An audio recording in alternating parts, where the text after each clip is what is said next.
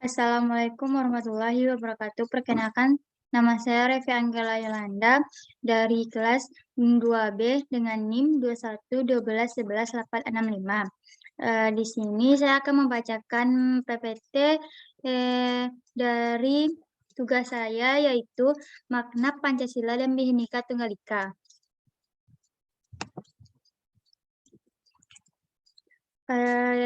Makna semboyan Bhinneka Tunggal Ika. Berdasarkan jurnal berjudul Kajian Analitik Terhadap Semboyan Bhinneka Tunggal Ika, karya 1 Nyoman Pursika menjelaskan tentang sejarah semboyan negara. Kata arti Bhinneka Tunggal Ika diambil dari kutipan kitab Suta Soma karangan Empu Tantular. Semboyan negara ini diambil dari bahasa Jawa kuno. Kata Bhinneka artinya beraneka ragam atau berbeda-beda. Kata tunggal artinya satu, sedangkan ika artinya itu.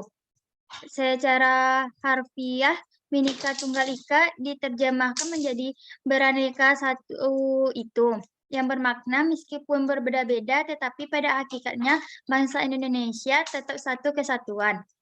Perkataan Bhinneka adalah gabungan dua perkataan, yaitu bina dan ika. Kalimat seluruhnya itu bisa disalin, berbeda-beda, tetapi tetap satu juga. Kalimat tersebut telah tua dan dipakai oleh pujangga ternama Empu Tantular dalam arti di antara pusparagam adalah kesatuan. Pita bertuliskan semboyan Bhinneka Tunggal Ika. Makna lambang Pancasila berdasarkan pada bagian paling bawah terdapat pita putih digenggam oleh cakar burung Garuda. Pita bertuliskan Bhinneka Tunggal Ika dengan tinta warna hitam. Diambil dari penggalan kitab Suta Soma karya Empu Tantular. Bhinneka berarti berbeda-beda, tunggal artinya satu, dan ika berarti itu. Sehingga secara bahasa Bhinneka Tunggal Ika memiliki arti berbeda-beda tetapi tetap satu. Nusantara memiliki segudang deretan suku, budaya, bangsa, hingga ras yang unik.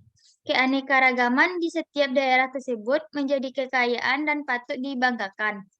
Meskipun Indonesia berbeda-beda, tapi pada hakikatnya tetap satu kesatuan. Menggambarkan persatuan dan kesatuan bangsa dan negara kesatuan Republik Indonesia.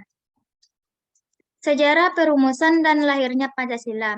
5 dasar oleh Muhammad Yamin yang berpidato pada tanggal 29 Mei 1945. Yamin merumuskan 5 dasar sebagai berikut.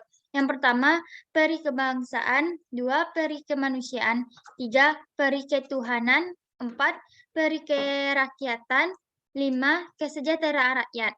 Kelima sila yang dirumuskan itu berakar kepada sejarah, peradaban, agama, dan hidup ketatanegaraan yang telah lama berkembang di Indonesia. Soekarno kemudian mengusulkan Pancasila yang dikemukakan pada 1 Juni 1945 dalam pidato spontannya yang kemudian dikenal dengan judul Lahirnya Pancasila. Soekarno mengemukakan dasar-dasarnya, yaitu yang pertama, kebangsaan Indonesia atau nasionalisme. Yang kedua, kemanusiaan atau internasionalisme. Yang ketiga, mufakat atau demokrasi. Yang keempat, kesejahteraan sosial. Yang kelima, ketuhanan yang berkebudayaan. Sejarah lambang Garuda Pancasila.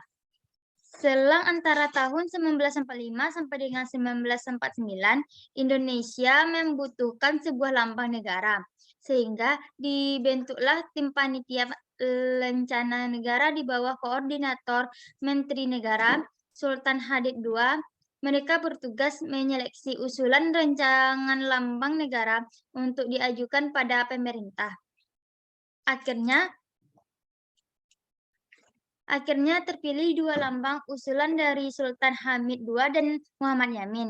Tetapi karya milik M. Yamin ditolak pemerintah sebab menyertakan sinar-sinar matahari seraya simbol mengikuti Jepang.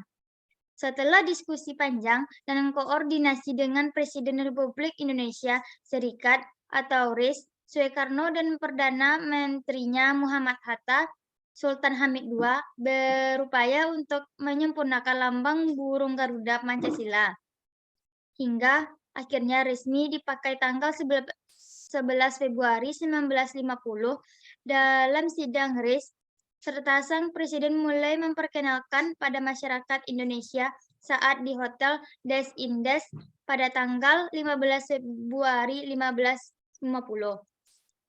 Setelah diresmikan, Sultan Hamid II dan Soekarno tetap berusaha memperbaiki lambang Garuda Pancasila. Berawal dari burung Garuda yang gundul, memperbaiki lambang Garuda Pancasila telah diganti oleh Soekarno karena dinilai menyerupai simbol negara Amerika Serikat. Serta sebelumnya cakar burung Garuda yang memegang bendera merah putih kini telah berganti menjadi pita putih bertuliskan Bhinneka Tunggal Ika. Implementasi Bhinneka Tunggal Ika. Yang pertama, perilaku inklusif. Semboyan arti Bhinneka Tunggal Ika memandang dirinya sebagai individu atau kelompok masyarakat. Kelompok ini menjadi satu kesatuan dalam masyarakat khas. 2. Sifat pluralistik. Bangsa Indonesia bersifat plural, ditinjau dari keragaman agama, budaya, dan suku, meski berbeda diperlukan menjalin kerukunan, toleran, dan saling menghormati. Sehingga tidak ada orang yang memandang remeh pihak lain, contohnya saling membantu ketika mereka terkena musibah. Yang ketiga, tidak mencari menangnya sendiri. Mengutip dari jurnal Peranan Pancasila dan Bhinneka Tunggal Ika dalam menanggulangi politik identitas karya Rizal Hadi Nugroho berperan menanggulangi politik identitas karya. Semboyan untuk menghormati dan menghargai pihak lain. Menghargai ini bisa menerima dan memberi pendapat dalam kehidupan yang beragam. Yang keempat, musyawarah. Musyawarah membentuk kesatuan dan mencapai mufakat.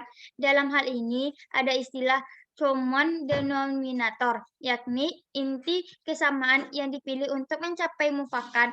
Beberapa kelompok bisa menemukan sosial dari musyawarah. 5. Rasa kasih sayang dan rela berkorban. Bhinneka Tunggal Ika perlu dilandasi rasa kasih sayang kehidupan bangsa dan negara. Tanpa kasih sayang dan rela berkorban, tanpa pamrih, kesatuan tidak terwujud. Baik, hanya itu yang dapat saya sampaikan dari pembacaan PPT saya. Saya akhiri dengan wassalamualaikum warahmatullahi wabarakatuh.